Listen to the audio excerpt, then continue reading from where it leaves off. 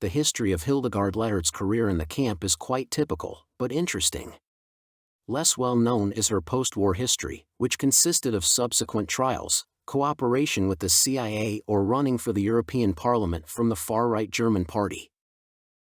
Hildegard Lächert was born on March 19, 1920 in Berlin as the illegitimate daughter of Louise Lächert, which of course did not make life easier for her and her mother at that time. Despite her difficult situation, she graduated from high school and even completed a year-and-a-half course of Red Cross nurses, which allowed her to work as a nurse. At the age of 17, she joined the NSDAP. As she herself testified to investigator Jansen after the war, she became engaged to Walter Hinrichs, an Air Force officer, with whom she had 2 illegitimate children. Lächert was convinced that her fiancé had died at the end at the front. Until March 1942, Lächert worked as a nurse at the Berlin-Tegel Air Hospital. Thanks to the patronage of the groom, she was sent to a higher-paying job in the Ravensbrück women's concentration camp, where she could stay with the children, since there was a kindergarten for the children of camp employees in the camp. Before you continue watching, please subscribe to the channel and like it. Of course this is not necessary, the main thing is to sincerely.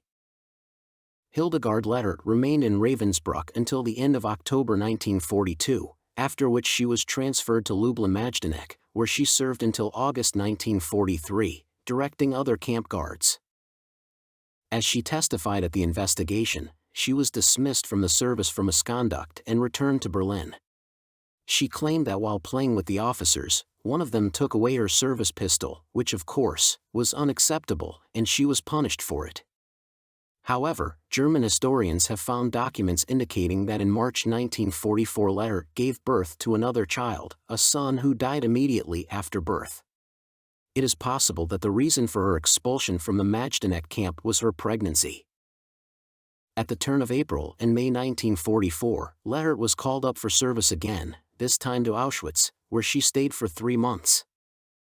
In October 1944, she left for Austria, where her fiancé was staying, and in July 1945 returned to Berlin, to her mother and children. Until the end of October, she worked as a nurse in an American hospital, and after its liquidation in several hospitals in Austria. On March 13, 1946, in Klagenfurt, she was arrested by the Austrian criminal police on charges of working in the Auschwitz concentration camp and extradited to Poland on December 19, 1946. On November 24, 1947, Lächert appeared before the Supreme National Tribunal along with 39 other defendants. She was accused of inhumane treatment of female prisoners. She also called them various insults, for which she received the nickname Bloody Brigitte in the camp in Majdanek. The accused also took food and warm clothes from the prisoners. According to witnesses, Lächert was not a particularly cruel guard, but she was quite dangerous because of the unpredictable changeability of moods. Lächert herself confessed only to hitting one of the Jewish women in the face. Witnesses stressed that Lächert had been abusing alcohol. Former inmate Bogna Jaworska recalled that Lächert was always drunk, and another inmate, Claudia Bloch, that her behavior towards female prisoners was very inconsistent, because there were days when she was extremely lenient, and the next day she imposed very severe punishments for no reason.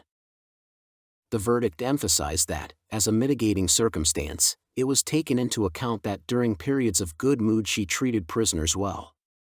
She was sentenced to 15 years in prison, but under amnesty she was released after 10 years in 1956 and ended up in the Marienfeld camp for displaced persons in West Berlin.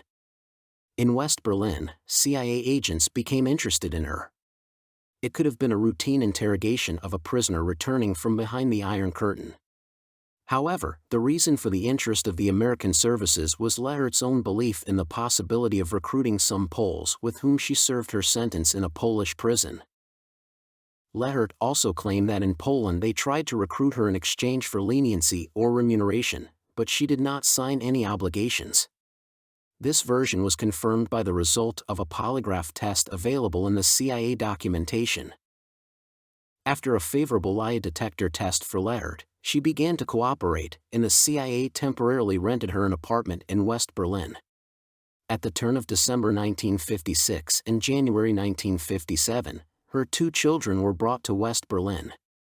It was definitely not a routine operation, since they both lived in the DDR. As the American officer emphasized in his report, Lächert had not seen them for 11 years. Taking care of their new informant, the CIA counted on fruitful cooperation. CIA documents from 1957 also state that her fiancé, Walter Henriches, did not die at the front, but lived and worked as an architect in West Berlin with his new family. This information was probably not passed on to Hildegard Lächert. CIA agents also write in reports that after returning from Poland, Lächert was in a bad mental state and took strong sedatives. In January 1957, she was deported from West Berlin to West Germany, where she worked as a cleaner in a Heidelberg brothel. The Americans were well aware of Hildegard Lächert's past. In one of the reports, you can read that she meets the security requirements very well, because she was brought up in the SS. In April 1957, the CIA handed her over to the newly created West German Intelligence Service and instructed her what information she could not provide to West German intelligence, primarily about Polish candidates for informants. Since Lächert had problems with excessive talkativeness, her services were quickly abandoned. 10 years later, she was arrested by the police in connection with the preparation of the trial of the Guards of Majdanek, which finally took place in Dusseldorf in 1975 to 1981. During the investigation, Lächert downplayed her role in the camp, claiming that she was a guard in the so-called camp brothel, only guarding order. Throughout the trial, Lächert feigned illness to interfere with the investigation. She was accused of aiding and abetting at least 1,196 murders, participating in the selection and bringing victims to the gas chambers. The picture that emerged from the testimony of witnesses was much worse than the one that developed at the trial in Krakow.